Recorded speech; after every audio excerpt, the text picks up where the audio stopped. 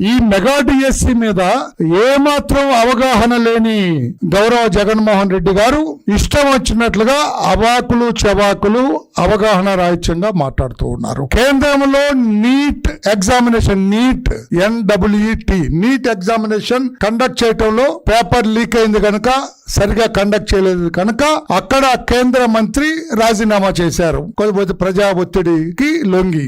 ఇక్కడ మా విద్యాశాఖ మంత్రి లోకేష్ బాబు గారు ఎందుకు రాజీనామా చేయాలయా జగన్మోహన్ రెడ్డి గారు? నువ్వు మాట్లాడడానికి ఏమైనా అర్థం ఉందా? అక్కడ కేంద్రంలో ఆయన రాజీనామా చేస్తే ఇక్కడ లోకేష్ బాబు గారిని చేయమని అంటావేంటి? ఏమిటి పిచ్చి పిచ్చి మాటలు? ఎందుకు అడుగుతున్నావు? ఏమైంది మెగా డిఎస్సిలో? నీకేం తెలుసు అని అడుగుతున్నావు? 3.5 లక్షల మంది పరీక్ష రాశారు, అప్లికేషన్లు పెట్టారు. ఉద్యోగాలకు ఆశావహులు వాళ్ళందరూ కూడా 3.5 లక్షల మంది అప్లికెంట్స్ ఆశావహులు ఉంటే అందులో 16,600 మంది ఎంపికయ్యారు. మీరు ఇప్పుడేమి దేని మీద ఒత్తిడి చేస్తున్నారు? స్పోర్ట్స్ కోటాలో అవకతవకలు జరిగింది. ఏం అవకతవకలు జరిగింది? బ్రిడ్జ్ గేమ్ అది పేకాట ఆడుకునేది, దానిలో కూడా ఉద్యోగాలు వచ్చినాయని పిచ్చి పిచ్చిగా వాగుతున్నారని అన్నాను. కానీ వాగటమే ఇది. వితౌట్ వ్యాలిడ్ ఎవిడెన్స్, సాక్ష్యం లేకుండా, రుజువులు లేకుండా మాట్లాడుతుంటే వాగటమే అది. Nothing more than that. మీరు వాగుతున్నారు ఎందుకు జగన్మోహన్ రెడ్డి గారు అని చెప్పి నేను అడుగుతున్నా. 3.5 లక్షల మంది ఆశావాళ్ళు పరీక్ష రాస్తే 16,600 మంది ఎంపికైతే మీరు ఏం తప్పుపడుతున్నారు? బ్రిడ్జ్ అది పేకాట, మీకు తెలిసింది అదే కదా పేకాట. అందులో ఎలా ఇస్తారన్నాడు. ఎవరికి ఇచ్చారు? పాపం మా అధికారులు కోనా శశిధర్ గారు senior IAS officer, Ajay Jain గారు సీనియర్ మోస్ట్ ఆఫీసర్, శాప్ ఎండి అమ్మాయి పాపం భరణి గారు, ముగ్గురు కూర్చొని 4 దఫాలు ఈ స్పోర్ట్స్ కోటా గురించి చెప్పడం జరిగింది. ఏమి అవకతవకలు జరగలేదు. ఒక్కరికి కూడా స్పోర్ట్స్ కోటాలో విధి విధానాలు దాటి రూల్స్ కు వ్యతిరేకంగా మేము ఇవ్వలేదని వాళ్ళు చెప్పడం జరిగింది. మీరు ఎక్కడ చెబుతారా? ఒక పేరు చెబుతావా? అసలు బ్రిడ్జ్ గేమ్ నేను నిష్ణాతుని, నాకు ఉద్యోగం ఇవ్వండి అని ఒక్క అప్లికేషన్ కూడా రాలేదయ్యా మిస్టర్ జగన్. నేను బ్రిడ్జ్ గేమ్ లో నిష్ణాతుని, నాకు ఉద్యోగం ఇవ్వండి స్పోర్ట్స్ కోటాలని ఒక్క అప్లికేషన్ కూడా రాలేదు. Do you know that? నీకు తెలుసా అది? అందుకే మీరు వాగుతున్నారు అన్నాను, మాట్లాడుతున్నారు అనలేదు. Do you have any evidence? సాక్ష్యం ఉందా మీ దగ్గర? ఫలాన్ని వరలరామయ్య అతను బ్రిడ్జ్ సర్టిఫికెట్ పెట్టాడు, నాకు ఉద్యోగం ఇవ్వమని అడిగాడు అని చెప్పలేదు ధైర్యం ఉందా మీకు? ఎవరూ పెట్టలేదు. అడిగాను నేను. ఇప్పుడు ఒక అరగంట ముందు కూడా నేను ఆ అమ్మాయి భరణి గారితో మాట్లాడాను. నేను రామరామ ఒక్క అప్లికేషన్ కూడా లేదు సార్, బ్రిడ్జ్ కోటాలో మాకు ఉద్యోగం ఇవ్వమని ఎవరు అప్లికేషన్ పెట్టలేదు. బ్రిడ్జ్ కోటా కింద ఒక్కరికి కూడా ఉద్యోగం ఇవ్వలేదు. ఇక నీకేంటి నీ ఆరోపణలో? ఏమిటి నీ పసా ఉంది నీ ఆరోపణలో? మిస్టర్ జగన్ ఏం జరిగిందని చెబుతావు నువ్వు? ఏమిటి ఏం చెప్పాలని నువ్వు? ఎందుకు మా లోకేష్ బాబు గారు రాజీనామా చేయాలి?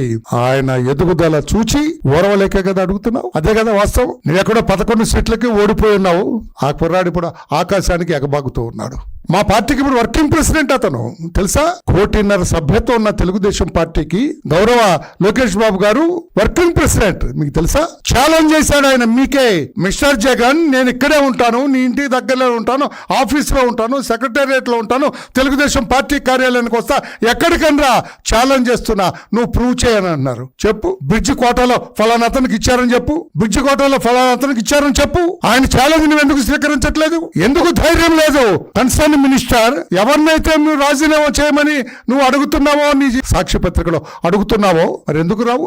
వస్తున్నాను వరలరామయ్య గారు, ఫలానా రోజున వస్తాను, మీ లోకేష్ బాబు గారిని ఉండమనండి, సెక్రటేరియట్ లో ఉండమనండి, లేకుంటే మీ పార్టీ కార్యాలయానికి పిలవండి, నేను కూడా వస్తాను ఫలానా రోజున ఫలానా గంటకు, I will keep him ready here. He is sticking on to his challenge. What about you? చిన్న అవకతవక కూడా జరగలేదని ప్రూవ్ చేయడానికి సిద్ధంగా ఉన్నారు మా నాయకుడు మిస్టర్ లోకేష్ గారు. What about you? రా, ధైర్యం ఉంటే. అతను ఏమన్నాడు? బందర్ పిచ్చోడు ఒకడు, పేరుని నాని. నేను వస్తాను చేస్తాను, నువ్వు ఎట్లా వస్తావా? ఎవరు నువ్వు ఏ రకంగా లోకేష్ బాబు గారికి సమవుజ్జి అవుతావు? నువ్వు ఎమ్మెల్యే మనం పోటీ కూడా చేయవు. అతను కొడుకు చేసినట్టున్నాడు కదా, అతను నువ్వు ఎమ్మెల్యేగా పోటీ కూడా చేయాలి. నువ్వు ఒక మాజీ మంత్రివి, మాజీ ఎమ్మెల్యేవి, నువ్వెలా వస్తావు? జగన్మోహన్ రెడ్డి గారు సమవుజ్జి కాదు. నన్ను అడిగితే జగన్మోహన్ రెడ్డి గారు ప్రతిపక్ష నాయకుడు కాదు, ఆయనకి కేబినెట్ హోదా లేదు. చట్టబద్ధంగా మన శాసనసభ రికార్డ్స్ లో శాసనసభ్యుడిగా మాత్రమే రికార్డ్ అయి ఉన్నారు.